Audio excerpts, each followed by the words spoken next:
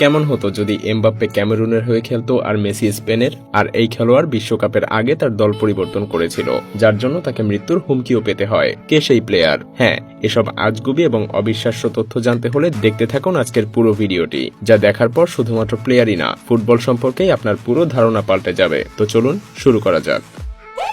Lionel Messi. Messi একবার না, Messi এতদিনে 2বার ওয়ার্ল্ড কাপ জিতে যেত যদি সে স্পেনের হয়ে খেলতো। এটা শুনতে বেশ অবাক লাগছে, তাই না? যে মেসি আবার কিভাবে স্পেনের হয়ে খেলবে? মেসি তো আর্জেন্টিনার প্লেয়ার। মজার ব্যাপার হলো মেসির জন্ম আর্জেন্টিনায় হলেও তার দাদার বাড়ি ছিল স্পেনে।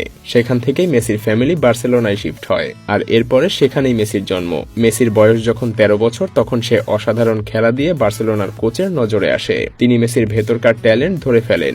যদিও মেসির অসাধারণ খেলার জন্য তৎকালীন স্পেনের ফুটবল ফেডারেশন তাকে নিজেদের দলে টানার চেষ্টা করছিল, কিন্তু পরে তারা ব্যর্থ হয়ে হাল ছেড়ে দেয়, কারণ মেসি কোনোভাবেই আর্জেন্টিনা ছেড়ে অন্য কোনো দলের হয়ে খেলতে চাইছিল না। তার অন্যতম কারণ ছিল ডিয়েগো ম্যারাডোনা। ম্যারাডোনার অসাধারণ খেলা আর আর্জেন্টিনার বিশ্বকাপ জয় মেসিকে আর্জেন্টিনার হয়ে খেলতে প্রেরণা জাগায়, আর মেসিও সেই অধরা বিশ্বকাপের স্বপ্ন ধরতে আর্জেন্টিনার হয়ে খেলতে শুরু করে।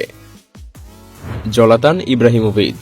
সুইডেনের জলাতান ইব্রাহিমোভিচ নিজেই অনেক বড় বড় ব্র্যান্ডগুলোর মধ্যে অন্যতম একটা ব্র্যান্ড। হ্যাঁ, জলাতান এতটাই জনপ্রিয় খেলোয়াড়, বিশ্বজুড়েও জলাতান অনেক নাম করা একজন বড় ফুটবল খেলোয়াড়। কিন্তু কেমন লাগবে যদি আমি বলি জলাতান বসনিয়ার হয়েও খেলতে পারত, কিংবা ক্রোয়েশিয়ার হয়ে? হ্যাঁ, 1981 সালে জলাতানের জন্ম সুইডেনে হলেও তার বাবা সেপিক ইব্রাহিমোভিচ আসলে বসনিয়ার নাগরিক। তিনি 1977 সালে বসনিয়া থেকে সুইডেনে চলে আসেন, আর তার মা ছিলেন ক্রোয়েশিয়ার নাগরিক। মানে জলাতান চাইলে বসনিয়ার হয়েও যেমন খেলতে পারত, তেমনি তিনি চাইলে ক্রোয়েশিয়ার হয়েও খেলতে পারত।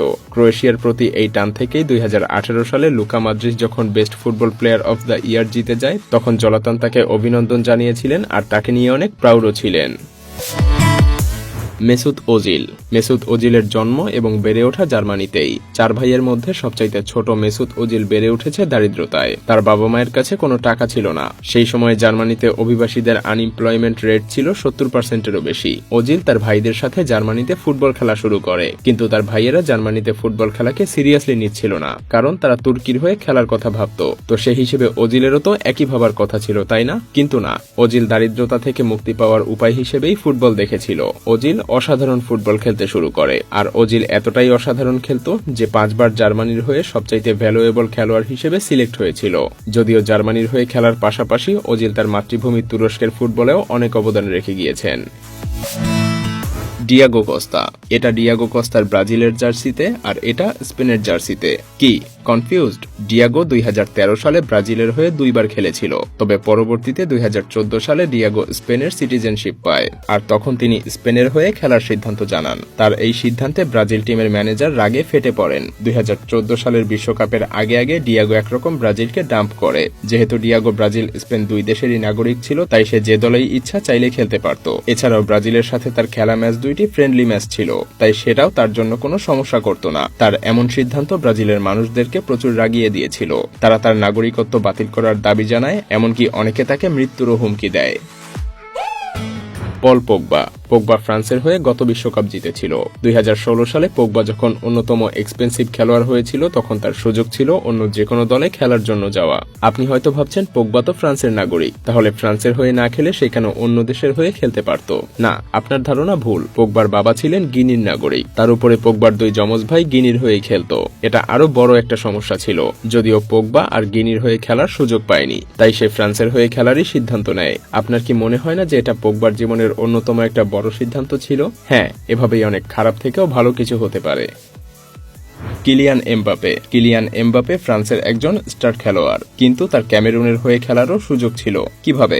এমবাপের বাবা ছিলেন ক্যামেরুনের নাগরিক, আর তার মা ছিলেন আলজেরিয়ার, অর্থাৎ তার ক্যামেরুনের পাশাপাশি আলজেরিয়ার হয়ে খেলারও সুযোগ ছিল। কিন্তু তিনি ফ্রান্সই চুজ করেন, কারণ তিনি নিজেকে ফ্রান্সের নাগরিক বলতেই বেশি পছন্দ করেন।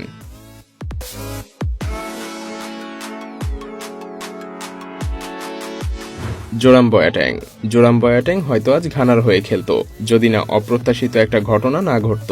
জোরাম বয়াট্যাং এবং কেভিন বয়াট্যাং এর যখন নিজেদের দল চুজ করার সময় আসে, তখন তারা টস করে। টসে 2টা দলে খেলার কথা থাকে, ঘানা আর জার্মানির। টস শেষ করে জোরাম বয়াট্যাং জার্মানির হয়ে খেলার সিদ্ধান্ত নেয়, আর কেভিন বয়াট্যাং ঘানার। পরবর্তীতে জার্মানি 2014 সালে ফুটবল বিশ্বকাপ জিতলে জোরাম বয়াট্যাং তার পরিবার থেকে একমাত্র ব্যক্তি হয়ে ফুটবল বিশ্বকাপ জেতায় অবদান রাখে, আর এটা তার জার্মানির নাগরিক মাকে অনেক বেশি হ্যাপি করে।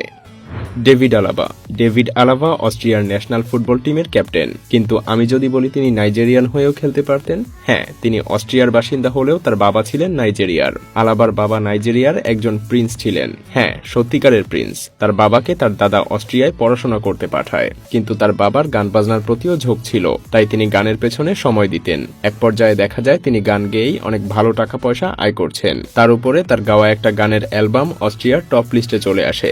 ব্যাস, তিনি ইউনিভার্সিটি ড্রপ আউট করে গান বাজনার প্রতি মনোযোগ দিয়ে দেন, আর তিনি সম্পূর্ণভাবে অস্ট্রিয়ায় সেটেল হয়ে যান। আলাবার মা ছিলেন ফিলিপাইনের নাগরিক, মানে আলাবা চাইলে ফিলিপাইনের হয়েও খেলতে পারত। যদিও আলাবা অস্ট্রিয়ার হয়ে খেলার সিদ্ধান্ত নেয় নাইজেরিয়ার লোকজন অনেক কষ্ট পেয়েছিল।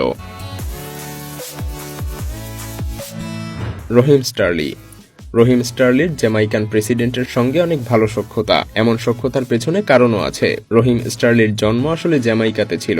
রহিমের ছোটবেলা কেটেছে জ্যামাইকাতেই, কিন্তু কিশোর বয়সে তার জীবনে একটা অনেক বড় দুর্ঘটনা ঘটে। আসলে রহিমের বাবা স্থানীয় গ্যাংয়ের মেম্বার ছিল, আর গ্যাংদের মধ্যে শত্রুতার জেরে তার বাবা খুন হয়ে যায়। তখনই তার মা সিদ্ধান্ত নেয় রহিম স্টার্লিংকে নিয়ে সে ইংল্যান্ডে শিফট হয়ে যাবে, কারণ তিনি চাননি তার ভালোবাসার সন্তান রহিমের সাথেও খারাপ কিছু হোক, যেমনটা তার বাবার সাথে হয়েছিল।